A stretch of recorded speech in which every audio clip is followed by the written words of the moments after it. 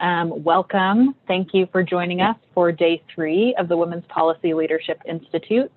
My name is Ella, and my pronouns are she, her, hers. And we are really excited that you've all joined us today for navigating the legislature in 2021. The Women's Policy Leadership Institute is a program of Montana Women Vote. And we are a statewide organization working to engage low-income women and families, LGBTQ folks, Two-Spirit and non-binary folks, Black, Indigenous, and people of color and their allies in the democratic process as informed voters, policy advocates, and community leaders. We are really grateful to have you all here today. We hope that the information will inform your efforts in your community and your efforts to engage in the legislative session, and we're excited to stay connected with you as we work together to advance state policy that works for low-income folks in Montana.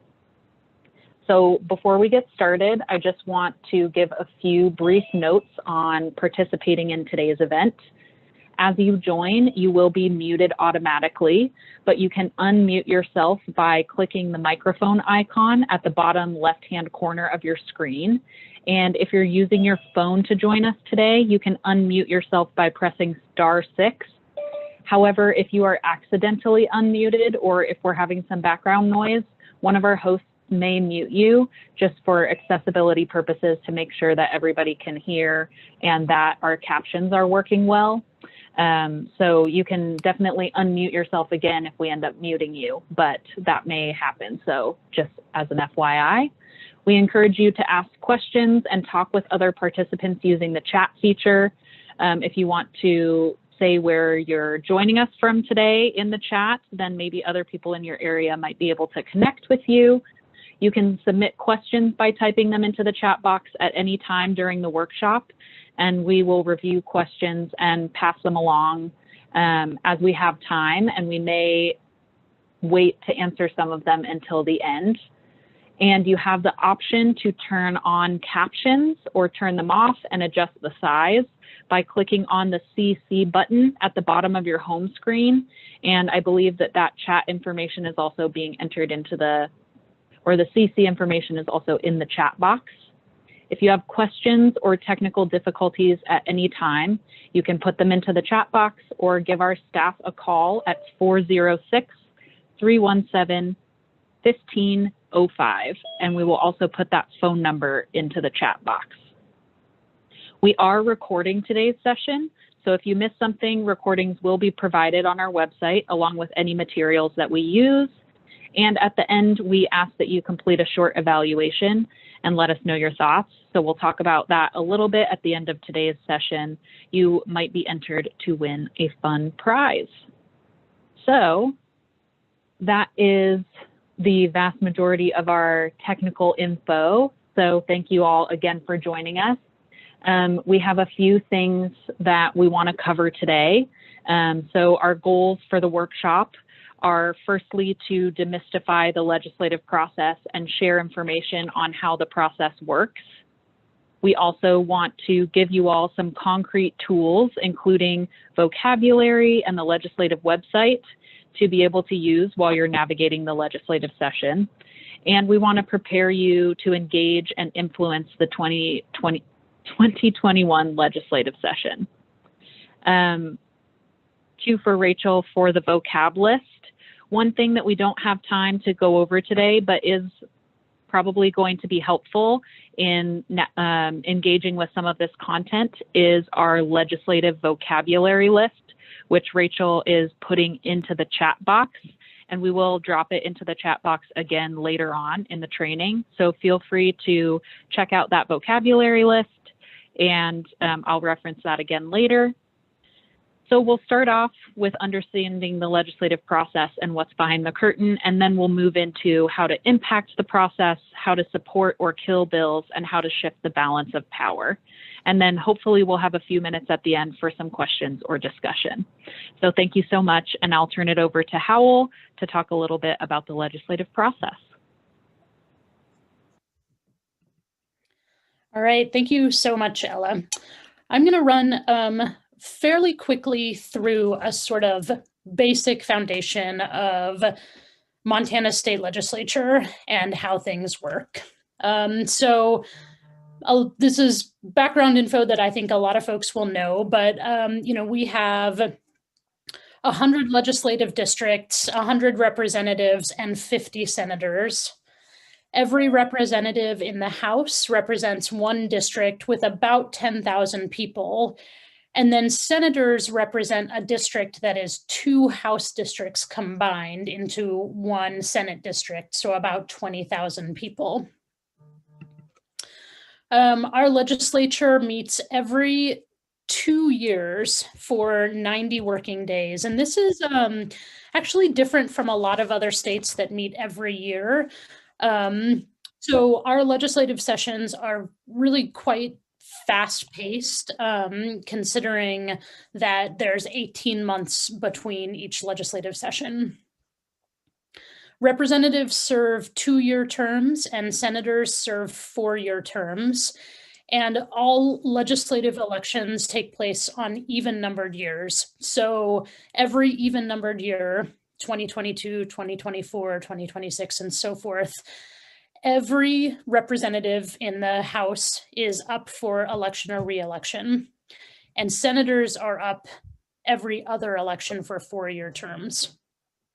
We also have term limits in Montana, also somewhat unique in terms of state legislatures, and our term limits are 8-year term limits for each chambers. So you can serve 4 sessions in the House and 4 sessions in the Senate under those term limits.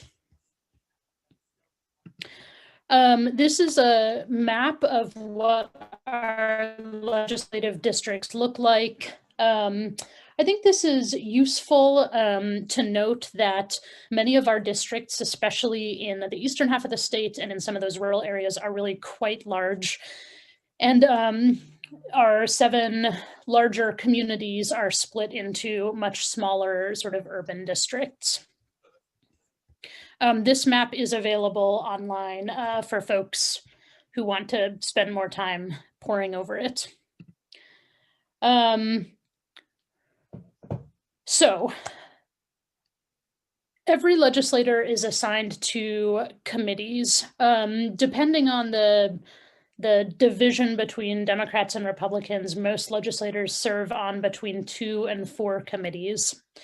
These are the committees in the House and the Senate. It's worth noting that the committees in the House and Senate basically match up, but they often have very slightly different names.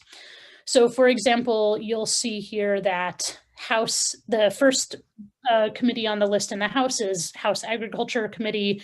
In the Senate, it's Agriculture, Livestock, and Irrigation. They'll hear the same bills, basically the same committee, slightly different names. Another one that's good to note is Appropriations. The Appropriations Committee, it's called the Appropriations Committee in the House and Finance and Claims in the Senate. Same committees serve the same function, which is to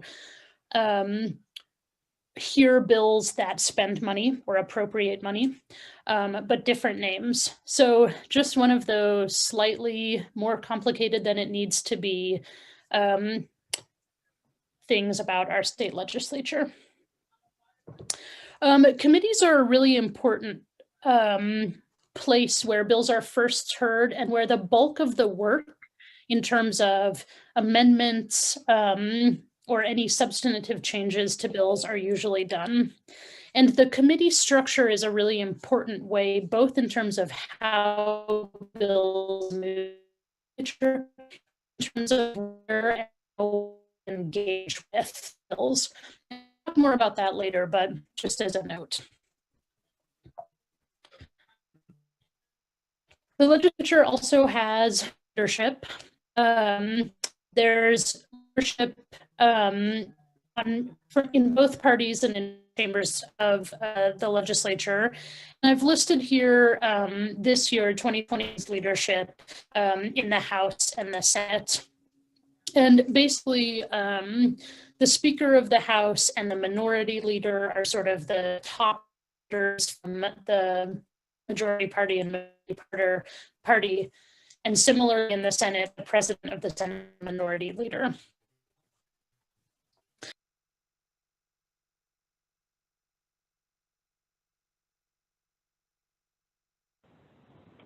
Uh-oh, one of those technical difficulties.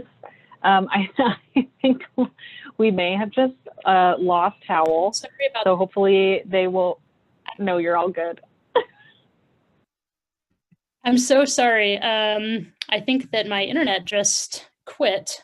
Can you, oh, there we go. Let's see if we can start this back up. Really sorry about that, everyone. Internet, isn't it the worst? Okay, leadership. Leadership does a number of important things. They they give committee assignments to other members of the legislature. They schedule, they assign bills to certain committees. So they really do have quite a lot of behind the scenes power in how things work. Timeline. So I said 90 days, 90 working days. The session usually starts the first week of January and goes through the end of April. There's a calendar up online. The session starts meeting Monday through Friday, and then we'll add in Saturdays, usually somewhere in February. And those days are pretty full. Committee hearings usually start at 8. There are morning committee hearings, and then floor sessions at 1 p.m. every day, and then afternoon committee hearings, usually starting around 3 that go until 5 or 6.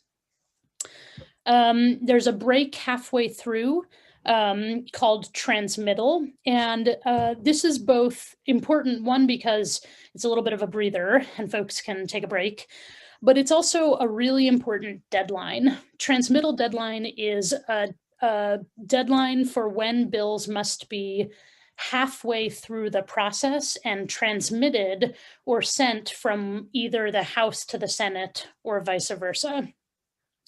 I will say some of those deadlines are a little bit later, depending on what type of bill they are. But for the bulk of bills, if they haven't passed either the House or the Senate by transmittal, they will die in the process. They just haven't met the deadline. So that is sort of a whirlpool run with a brief internet breakdown of the basics of our legislative session. And I'm going to turn it over to Ella to dig in a little bit more on the state budget and then how a bill becomes a law. Thank you so much, Howell. So the most fun part of this workshop, every time we present it, is always talking about the state budget, which may sound boring, but it's incredibly important for every community that accesses funds through the state and for all of our work. So the Montana legislature's first and most important job is to pass a budget. They are statutorily required to pass a budget. And because the legislature meets only every 2 years, they pass what's called a biennial budget, which means it's a budget that spans over 2 years. And the budget process starts about a year before the legislative session begins. Last year's budget was about $10 billion total. $4 billion of that is Montana revenue. $4.5 billion is federal funds, so funding coming into the state from the federal government. And $1.5 billion of that budget is considered other. And so a little bit more about the timeline. The budget process begins with agency budget requests. So state agencies such as the Montana Department of Corrections, the Montana Department of Health and Human Services, they make their budget requests, and then those requests go to the governor's office. So then the governor creates the governor's budget, which is typically released on December 15th. And the governor's budget becomes what's known as House Bill 2. If you've engaged with the legislature at all, you'll know that most bills are given a name, House Bill X or Senate Bill X. but the budget is always House Bill 2. And then once the governor's budget is entered into the legislature as House Bill 2, the Legislative Fiscal Division will present an analysis. And they have to present this before the first day of the legislative session. And the Legislative Fiscal Division's analysis breaks the budget down into 3 different categories. The base budget, which is ongoing funding to keep the state and its departments functioning. The present law adjustment. So what the heck is present law adjustment? Basically, that is what it's agency-specific budget adjustments. So either more money or less money that are needed to maintain services at the level approved by the legislature since the previous budget. So this could include changes in the number of people served by the Department of Corrections, for example, or it could also be the number of seniors or individuals with disabilities accessing nursing homes or community services through the Department of Health and Human Services. So those are just 2 examples of some pieces of funding that could end up in the present law adjustment. And then the third category is new proposals. So those 3 categories make up the Legislative Fiscal Division's analysis. And then joint subcommittee hearings of the legislature will consider this analysis and consider House Bill 2 and make reconciliations of any budgetary things that are passed in the legislative session before the legislature will then pass the overall budget after they've made all sorts of changes and adjustments to it throughout the legislative session, and then they'll pass the budget at the end, typically very near the end of the legislative session. So that's a lot of information, and we still have a lot more to cover today. So if you do have questions on the budget, please feel free to put those into the chat, and we would love to dig in more and answer a few of them at the end. But for now, I would love to just talk to you a little bit more about how a bill becomes a law.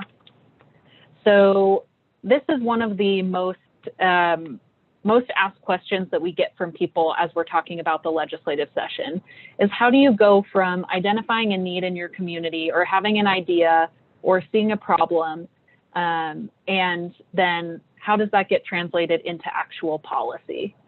So basically, how a bill becomes a law is you may start out as an individual with an idea. Typically, if you are someone who's sort of outside of the legislative process, then you may want to ally yourself with an organization or with a legislator, and we'll talk a little bit about that later. And once somebody who is sort of involved with the legislature has that idea in hand, then they will put it into bill form and the bill will be introduced.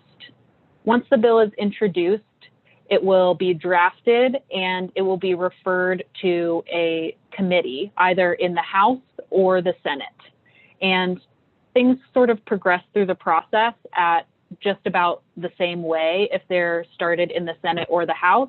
It just depends on whether or not the original sponsor of the bill is a senator or a representative. So if the bill sponsor is a representative, it'll start in the House, and if it's a senator, it'll start in the Senate. And it'll be referred to a committee, typically a committee that is has most authority over the subject matter of the bill. So if it's a law enforcement bill, it will probably go to House Judiciary or Senate Judiciary, for example. Once it's referred to a committee, it will be scheduled for a committee hearing. This is the one time in the process of a bill that the public is allowed to engage and make public comment, share our experiences, and talk about legislation directly with lawmakers, is in that committee hearing. So it's referred to a committee, it has a hearing, people make their voices heard, and then the committee will take what's called executive action. So the committee will take a vote on the bill, and they will either, the bill will die, the committee will vote to table it, which basically means they're not going to pass it on further, or they will pass the bill to the full body. So if the Senate Judiciary Committee, for example, passes a bill, then it will go on to the Senate floor, which is the full body of the Senate. And then the Senate will vote on that bill twice in what's called second reading and third reading. Second reading typically includes sometimes robust debate. So lawmakers will debate the merits or lack thereof on the floor. And the floor is just sort of when they can convene as a full body. And then once that debate is concluded, they will take a vote in what's called second reading.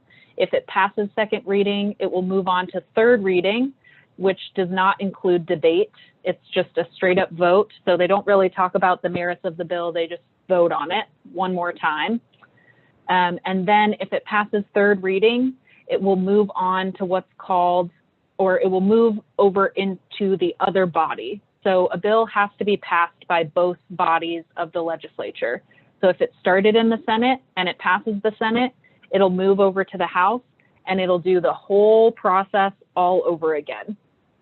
And everything that I just described happens exactly the way that it happened on the other side, on the new side, including a second opportunity for a hearing and a second opportunity for public comment.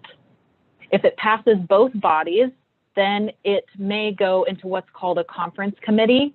A conference committee typically reconciles any amendments or changes that may have been made by one body or the other.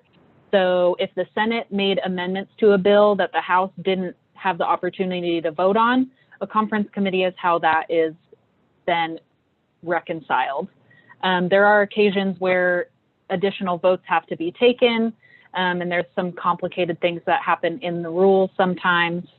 And then once the bill is passed and all of that is taken care of, it will move to the desk of the governor, and the final decision maker at that point is the governor, who has the opportunity to either veto or sign a bill into law. There is one technicality which is called an amendatory veto, where the governor will say, I am going to veto this bill now, but I would sign it if this happened. And then sometimes the legislature will have the opportunity to tweak the bill and send it back to the governor. But typically you're going to see either a veto, which means the governor says no, or a governor signing the bill, which means that bill is becoming a law. I think I covered everything. How did I do? You did great. Okay, so we're gonna dive into how you engage with the legislative session, both what's going on this year and how you figure it out, and also some of the best ways to influence the process. I'll just say again, if you have questions, put those into the chat and we will make sure we get to them. So everybody knows, I presume, that this year's legislative session is different from any other. It is a hybrid session, which means there is an in-person legislative session going on, where legislators, legislative staff, lobbyists, and everyday Montanans are gathering in person in the building, in the Capitol building in Helena, for committee hearings, floor sessions, etc. And there is also a remote or virtual option for all of that. So some legislators are participating remotely. There is a Zoom system set up, so every hearing room has a big TV screen, and you have some legislators on Zoom and some in the room. Folks are participating in hearings and giving testimony, both in person and remotely, and most committee hearings sort of go back and forth. First they'll do in the room and then they'll go to online or some version like that. And similarly on the floor, there are legislators on the floor, the House or the Senate floor, and online. So in some ways, this makes actually more opportunity for folks to engage, because you don't have to travel to Helena. But it's also just a little bit complicated to figure out. So I'm going to run through some of the ways you can do that online. First thing to know is this homepage that's up on your screen right now. And that URL at the top is the URL to the page, ledge.mt.gov. And on this page, you'll find all of the important links. On the left-hand side, you'll see bill search, and we'll go to that next. There's also legislator search, so how you can find who your legislator is, or just look up key legislators and find their contact information. This big sort of word bubble in the middle that says "Have your say" is important, and right down below it where it says "Request to testify remotely" is also important, because that's how you can sign up to testify virtually.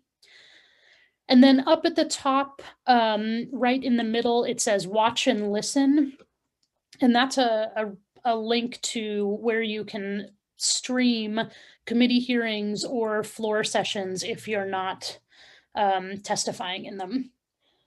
So lots of good information on this page. Let's start off with looking up bills. So the bill search function in Montana is called laws, and that's the URL there, laws.ledge.mt.gov. And you get a page that looks something like this. This is actually, I took this snapshot before this session started. So this says 2019 up top. If you click the link now, it'll say 2021. And there's a couple different ways that you can look up bills. The easiest way is if you know the bill number, and you'll choose either HB, which stands for House Bill, or SB, which stands for Senate Bill. From this little drop-down menu, there's also HJ, which is House Resolution, and SJ, and so forth. And then you put the bill number into the little box and you click Find, and it'll pop up the information on the bill. There's usually a list of the bill and the date that it was requested and introduced, and a little hyperlink at the top where you can click on to see bill language. You can also search for bills by legislators. So if you know the legislator that's introducing the bill, but you don't know the bill number, you can choose from the whole list of legislators, and it'll pop up all the bills that that legislator has requested or introduced. Or subject. And subject is interesting and useful if you are interested, for instance, in all of the bills that have been introduced on, let's say, gun control.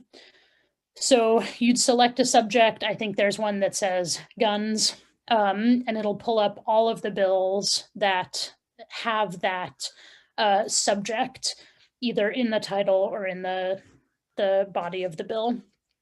That is also sometimes quite overwhelming. Sometimes there's not very many bills on that list, but sometimes you'll pull up 40, 50, 100 bills or more. Just for reference, this legislative session, there were over 3,000 bills requested by legislators. Not all of those will make it into a bill draft that's introduced and moved through the system, but many will. So it's often searching through a long list that isn't super fun to work with. But still, this is an important tool. You can also look up bills after they've started moving through the system, and you can see the vote counts on them and who's voted on those bills and more. So lots of good information there. A couple quick questions.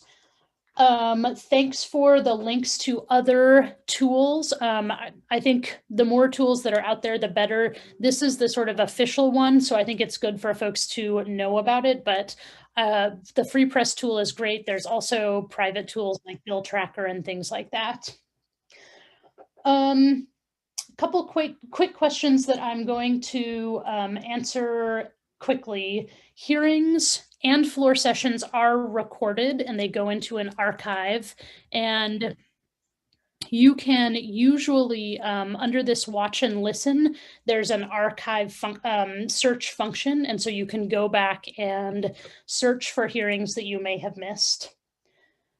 If a bill is tabled in committee, it's considered dead unless the committee either votes to take it off the table themselves or the full body blasts it, which is a vote on the House floor to bring it out of committee. I do not know that there is a function where you can search keywords in the body of bills, but the subject list is quite extensive. So I would start there, and you may find that what you're trying to search is available on that subject list.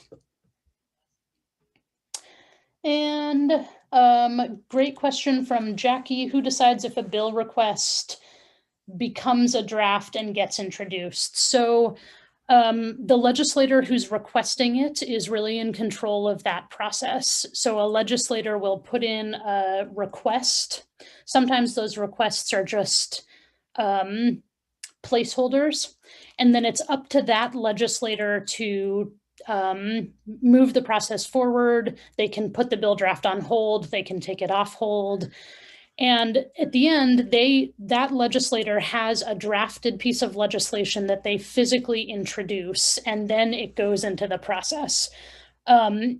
Everything that happens before that bill is introduced is up to the individual legislator and their decision making.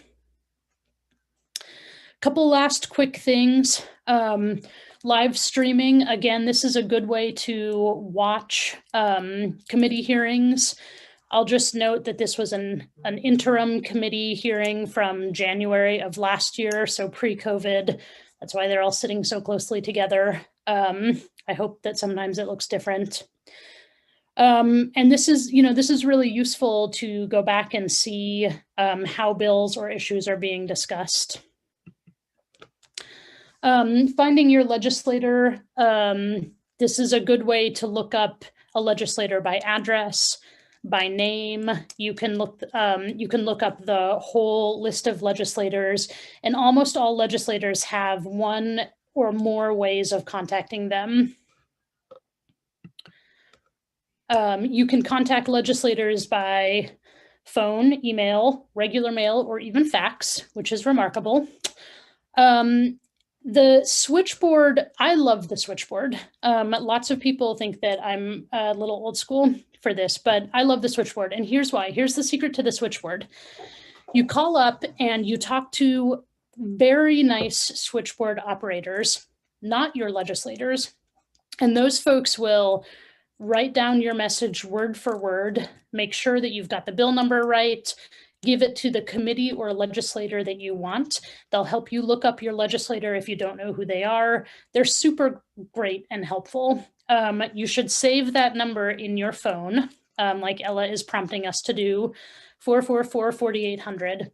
And this is like, it just makes it so easy to call up and say, I want to leave a message for the Senate Tax Committee opposing SB 159, or I want to leave a message from my legislator about whatever. And those messages will get passed on to your legislator, either on a slip of paper or in their email. And it really is fast. It's easy. You can do it when you're out walking or at the grocery store. You can also do it through this link here, which will send them an email, equally as effective. But I'm a big fan of the switchboard. Okay, so that is a fast and dirty overview of how you can engage. I want to talk just a little bit about why we engage and how to be strategic and actually make those contacts have an impact on the process. So again, as Ella went through, here's the process. And I'll just say up front, there are lots of ways in which our legislative process and our legislative system is not built for regular people. It's not built for people without power, wealth, and privilege. But that doesn't mean that we can't or shouldn't influence the process. And in fact, we have to. And when we influence the process, we're not just changing the outcome of legislation. I think that we're actually chipping away at that balance of power. And it's so important that we do it every day of every legislative session of every year or every other year. So I want to just talk a little bit about where the best and most strategic ways to engage are. If you want to give testimony, the only place that the public can speak onto the record on a bill is during a committee hearing. Only legislators can speak on the floor. So committee hearings, if your bill is moving, you'll get one in the House and one in the Senate, or sometimes a little bit more. If your bill costs money or spends money, you'll get usually like an issue committee hearing and an appropriations hearing. Sometimes it doesn't work that way. But committee hearings are our opportunity to get on the public record and really share information with legislators. And I think that they're really, really important. So I'm going to talk a little bit about how to give testimony. So this is what the online webpage looks like if you want to testify remotely. The good news is that you can sign up to testify on any bill that you want and multiple bills a day. The bad news is that you have to register in advance by noon the day before. And that can be a little bit of a barrier, especially when things move quickly. I'll note a couple of things. If there are Monday hearings, you can register up until noon on Sunday. So it is the calendar day before. You don't have to register for Monday hearings on Friday. When you register, you'll be asked to provide a little bit of information, your name, email, phone number, and the city you live in. There is an opportunity to submit testimony in writing or upload a document. And this is really great if you have something that you want to share, that you want in the public record as testimony, but you can't physically be there or you don't want to be. That's actually a new thing this year, that you can submit testimony in writing through the website. And that is printed out and given to committee members as testimony. But if you want to testify over Zoom, at the very bottom of the page, it will say, do you want to testify? And you'll hit yes, and it'll say, how are you joining, by computer or by phone? And you provide that information. You should get an immediate email back. It's like an auto email that just says, yes, we've gotten your information. If you don't get that immediately, something went wrong and you should just try the process again. And then at some point, the day before usually, or maybe the morning of your hearing, you'll get an email from the Zoom staffer for the committee, and it'll have a link. It'll say, do not forward this link, sort of one link per person. And you'll get to click the link. You'll go into a Zoom chat that looks very familiar to all of us. A couple things to know about Zoom testimony: you don't have video. They're not having anyone or allowing anyone to turn their video on. So, you know, the nice thing is you don't have to brush your hair.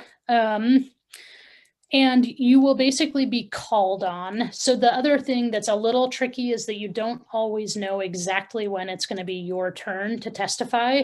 You're sort of waiting. They start going through online proponents or opponents. And at some point, somebody will say, up next, Ella Smith.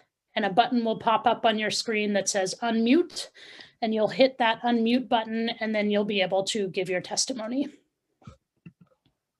Oh, sorry, here's the other half of this page. You do have to select the bill. That was an important piece of information I shouldn't skip. When you sign up to testify, you sign up bill by bill. So you select a bill from the list and then go from there. How you testify at a hearing. So there is a little bit of process involved in all of this. And, you know, this is fairly important in that everyone is sort of required to follow the process, and if you don't, the chair will often interrupt you. So a couple things. It's a good idea to arrive early under normal circumstances, log in early under Zoom circumstances. 5 minutes, 10 minutes early, it doesn't have to be more than that. Really good testimony before the hearing, write it down or at least make notes. It's nice not to read your testimony. I think legislators prefer not to be read to. But again, do what makes you most comfortable.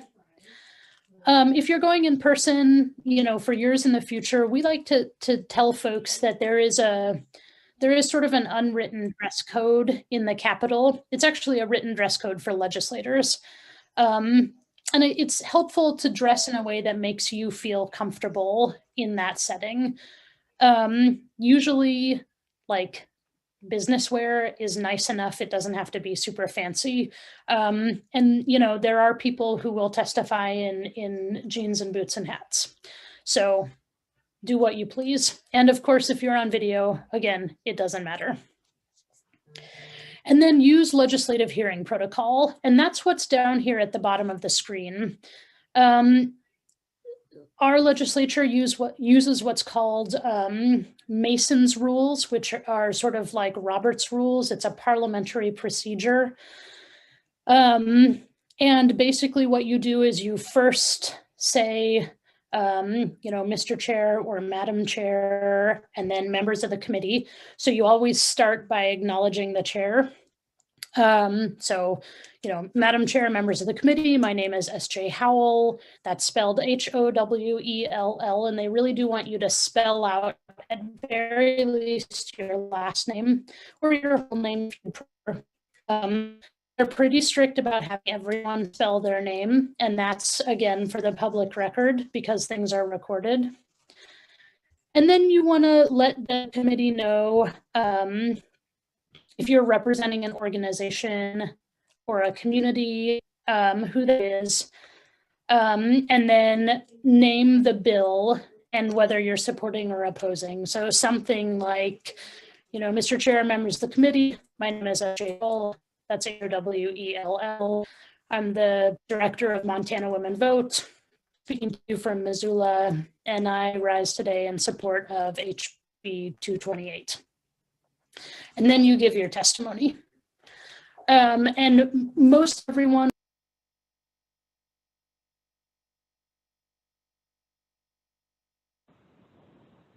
This is actually just a fun little game that we're playing. We've all taken bets on how many technical issues that we'll have, and I'm pretty sure that I'm winning $5. So back to you, Howell. I'm so sorry, everyone. This is the worst. I will just say that people cut out during testimony all the time as well. So it's like the new, like dropping your note cards on your way to the podium or something. I don't know. Anyway, my apologies.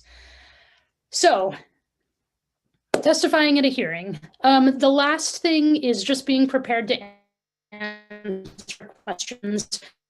It's very rare if you're there telling a personal story or just noting your support or position that you will get a question.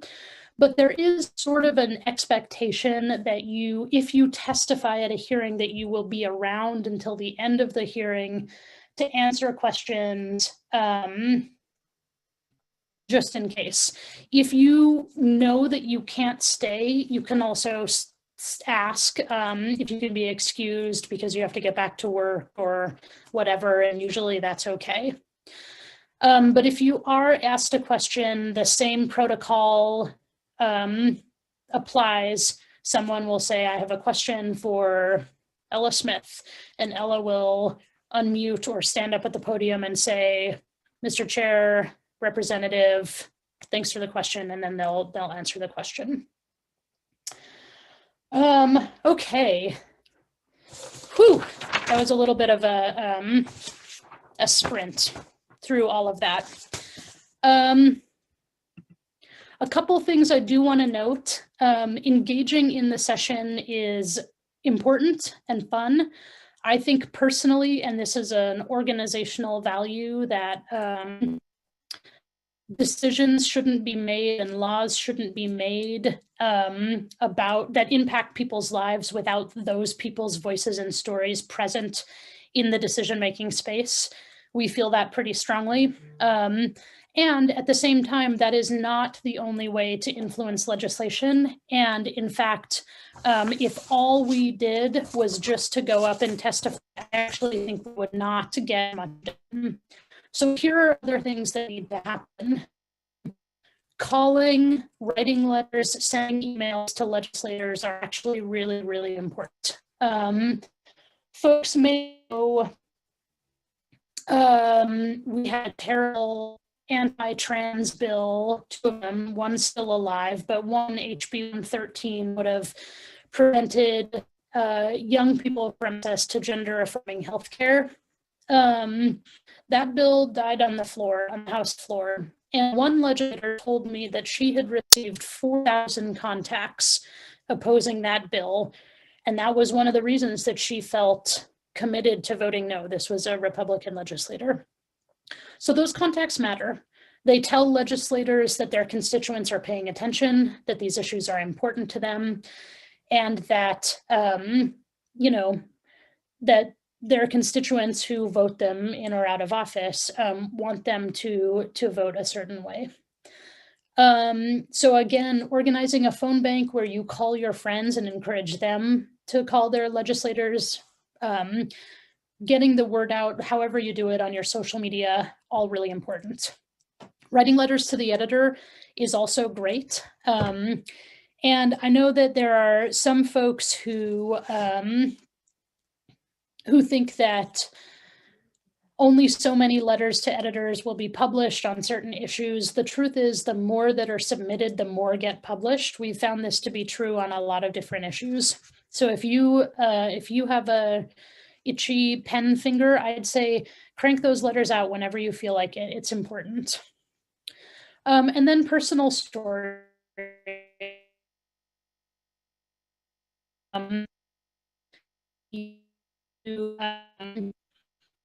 Emphasize the impact of the votes that legislators are taking. They're also a great tool in making legislators feel embarrassed or guilty or trap votes, and that's actually a powerful tool, even though we shouldn't have to resort to it. So personal stories are also really, really useful. And I believe, so here's a slide, the stuff nobody tells you about. And the truth is that this session, a lot of this doesn't apply, but these are tips and tricks that I learned over years and years and years of lobbying. And I figured, since we have time, I want to make sure there's time for questions and discussion, but since we have time, I might just run through this really quickly. Some of it still applies, some of it you can keep it in your pocket for next session. If you want to talk to a legislator, it's really quite hard to schedule a meeting or an appointment. A lot of times it's just about catching legislators when you can. And that's partly because the days are packed, and also partly because sometimes legislators don't want to be caught. But a couple things that are really useful: stairwells, outside committee rooms, lurking around the entrance to the House and the Senate chamber, all good places to catch legislators. A lot of times what you have to do is find a legislator and then walk with them to the next place they're going so you can take a couple minutes to chat. If somebody's sitting on the floor when there's not a floor session going on, there are legislative pages. They're usually high school students who go to spend a week paging at the legislature. And there's sort of a unwritten, I actually think it is written now at this point. There's a process where you can write a note to a legislator, including a note that says, can you step out into the hallway and chat with me? And for $1, the page will run it out to the floor for that legislator. There's good information to be found at the info desk and the Sergeant at Arms if you're in person. And, you know, also under normal circumstances, lots of free food. There's a cafeteria in the basement and a third floor coffee bar. Again, this is for the future. And a couple other things just to note about the building. There is a bill library in the basement.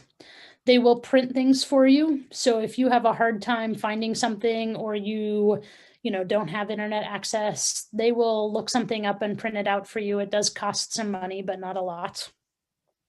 Like most other libraries and librarians, they're very helpful in the basement. If you want to watch the House or Senate floor session in person, there are galleries up above, but it's good to know that you can't take food or drink or backpacks into that gallery, although you can take just about any other type of bag with you. If you are a person who appreciates gender neutral or single stall bathrooms, there are bathrooms in the basement that are single stall. So that's really useful. None of the other bathrooms are. And there is a 4th floor bathroom that has a nursing room, which is good to know if you need to nurse or pump or need a minute of privacy. And the last thing that I learned that is probably the most important lesson that I've learned as a lobbyist is that nobody successfully works the session alone. Even if you just want to engage on one bill or one issue that is most important to you, finding other people who are working on those bills or issues, sharing information, getting a text thread going, supporting one another, that's really the way that we make an impact on the session. So, again, I hope someday the tips about the 3rd floor coffee bar are more useful. But for now, that's some of the lessons we've learned over the years. So I'm actually going to stop sharing my screen and hope that maybe my internet won't die because of that. And we do have about 20 minutes for questions and comments. So Ella, are there any questions you want to immediately address from the chat? There was one early on that I think maybe I decided to put off towards the end. I wasn't able to write a written response. So when leadership censors folks or does not allow testimony from a particular member of the public or a legislator, is there any way to push back against that? Is there a parliamentarian or some sort of recourse available?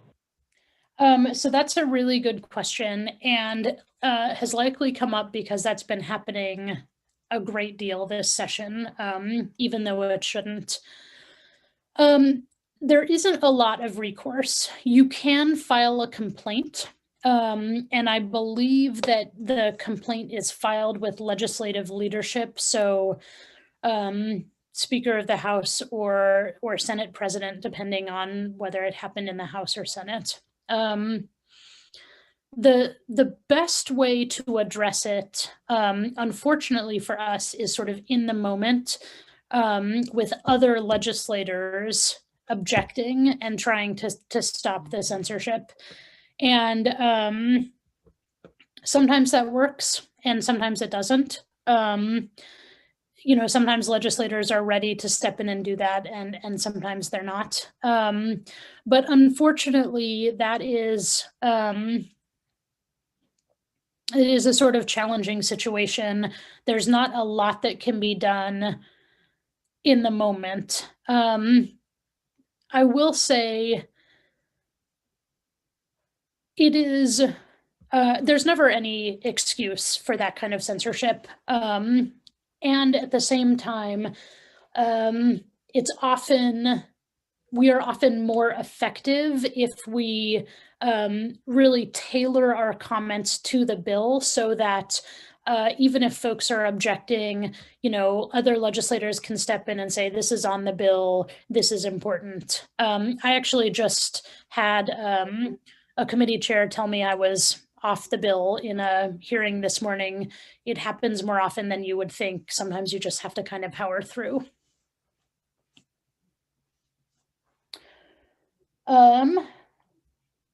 What other questions do folks have or comments? Things that we didn't cover that you want to hear about? And if you'd rather just unmute yourself and ask your question verbally, that is totally acceptable. Oh, I see a couple good questions about written testimony. One, can you submit written testimony after the fact? You can.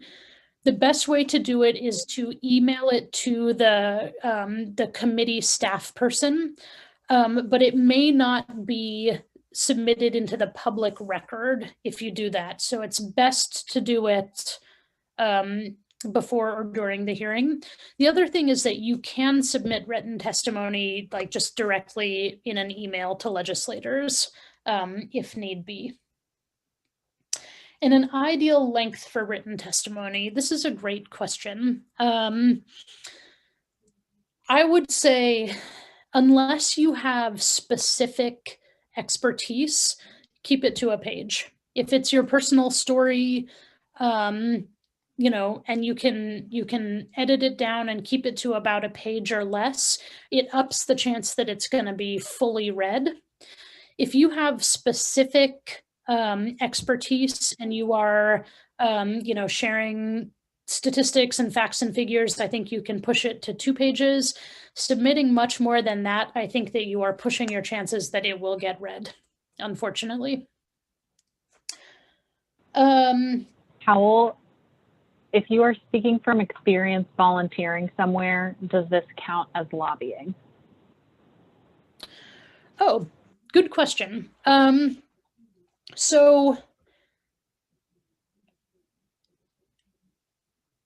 any testifying where you ask legislators to vote a certain way on a bill technically is defined as lobbying. The definition of lobbying is making a request of a decision maker about a specific piece of legislation.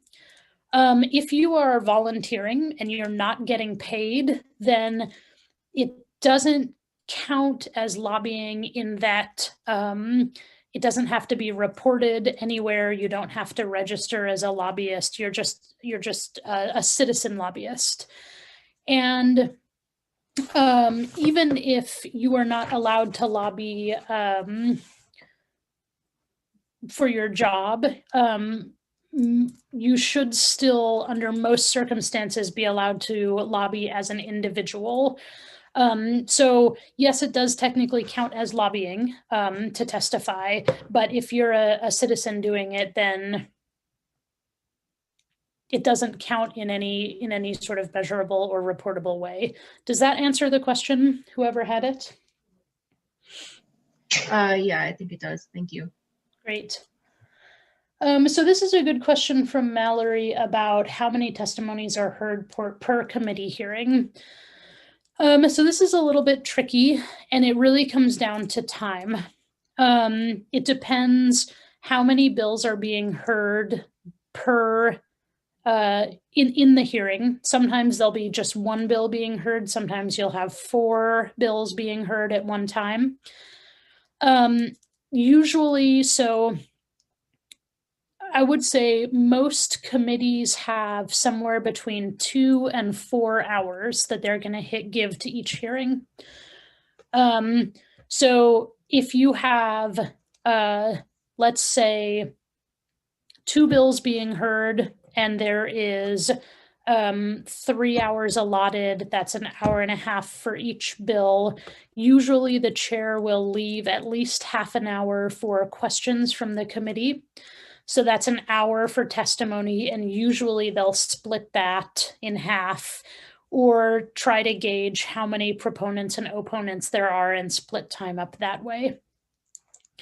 The truth is that all of those decisions are at the discretion of the chairperson of the committee. So if you have a chairperson who, is friendly or cares about sort of the fairness of the proceedings, then they'll try to split time up as equally as possible and let folks know that that's happening. And then, there are some chairs who don't do that at all. However, if you are registered to testify or in line to testify, they have to let you at least say your name and whether you're supporting or opposing, into the public record. They're actually required to do that. So if you sign up to testify on Zoom, and we've had this happen a few times already, you may get to a point where they'll say, okay, we're just going to go to names, and you won't get to give substantive testimony. You don't get to share your story. You just get to say your name and I oppose this bill or I support this bill. But they're required by law to let you do at least that.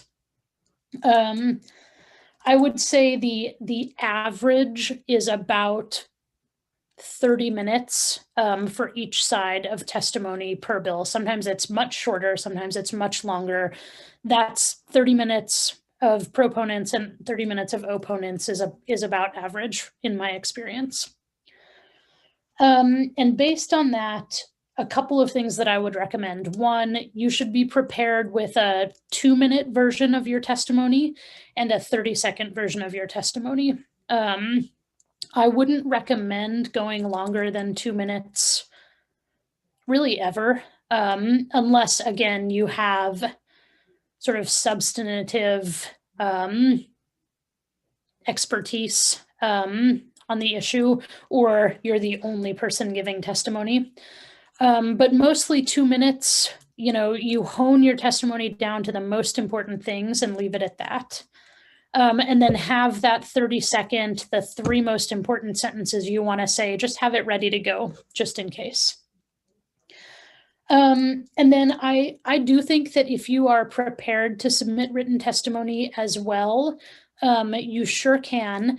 And it is a good way to make sure your testimony gets onto the record in case you don't get a chance, or, your internet goes out or something terrible like that happens. I will just note that there are a couple committee chairs who will say, if you've submitted written testimony, please don't read it to us, just say your name and that'll suffice. You don't have to listen to that. Almost nobody does. So there are some committee chair people who want to keep their hearings short. They don't want to hear from all of us, but, tough cookies. So even if somebody says that at the beginning of a hearing where you've submitted written testimony, you go ahead and give your testimony anyway. And in this time of COVID, do they always listen to the physical in-person testimony before the online, or does it vary? How does that work? That also varies. And again, it's completely at the discretion of the chair of the committee. I will tell you that some committees, like House Judiciary is a good example, always does in-person first and then online. Whereas House Tax Committee, the chairwoman is Representative Becky Beard, and she likes to shake it up. Some days she does one thing, some days she does another. She likes to keep it fresh. So you just really don't know. It's a little bit of a toss-up what you're going to get.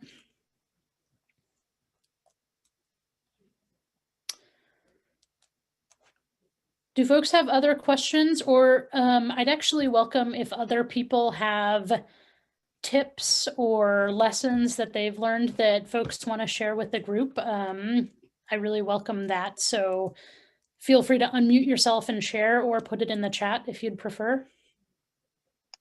I have something really quick, Howell. One of the bathrooms has really good lighting. And I think that's important for people to know because y'all gotta flex those outfits sometimes. So yeah. Something I noticed was they asked that people didn't have their picture up on their like Zoom screen or anything like that, just like your name or your email. And that seemed to kind of take up a lot of time during one of the meetings that I went to, trying to get people to do that. Yes, that's a great note. That is also Chairman Usher in House Judiciary. That seems to be a rule that he came up with. The other committee chairs don't seem to care about that, but that is true. If you have like a picture up on your Zoom screen on your background for when your camera is off, they want you to take it down before you testify.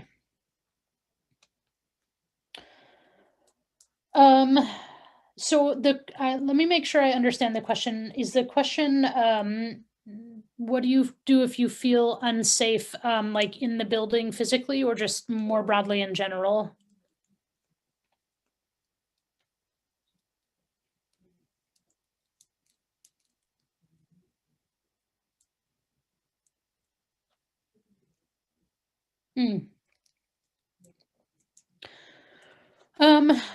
So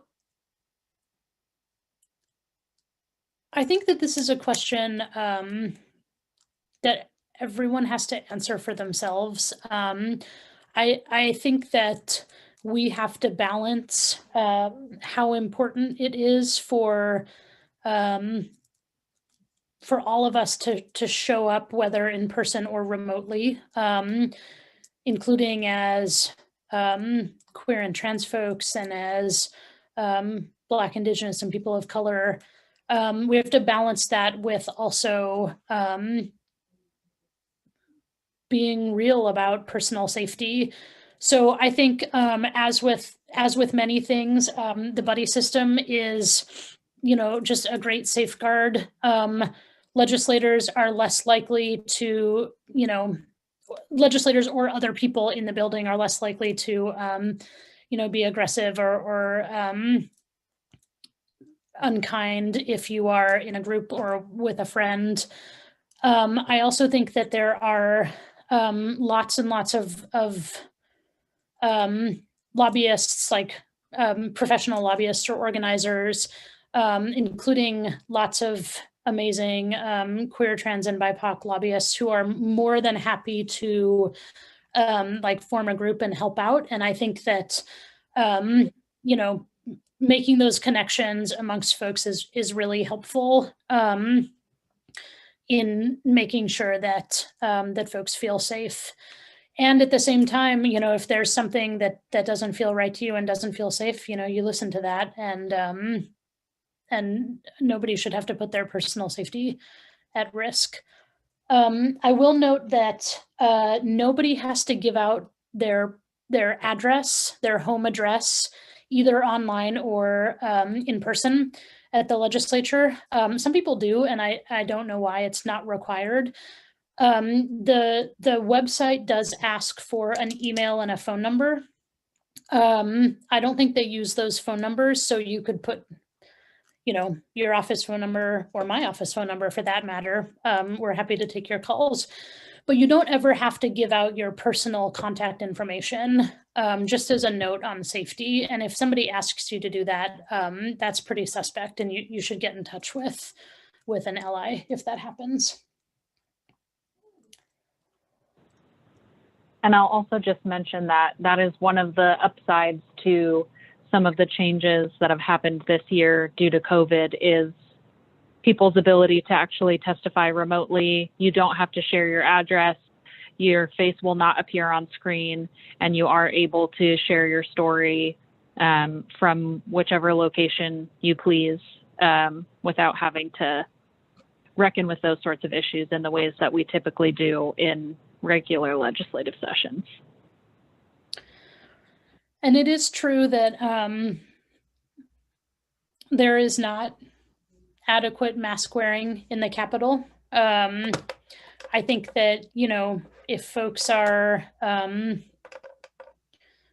high risk, you shouldn't go into that building. It is a really deeply infuriating reality that unfortunately we can't change. So I think everybody, again, those are personal decisions that folks have to make for themselves, but know that there are lots of people not wearing masks in that building. And if you choose to go in person, it is impossible to avoid folks. So unfortunately, that is true. I will, Renata, pages are there in person. A lot of staff are allowed to work from home, and a lot are, which is really wonderful. And I hope that that continues through the session. But yeah, it's upsetting what's happening. Thanks for folks who've put their tips in the comments, and thanks so much for everyone for joining us. We're about at time, so I'm going to hand this over to Ella to wrap us up. But I just want to say thank you all for joining, and I truly hope that everybody gets the opportunity to engage in this year's legislative session and in sessions in the future.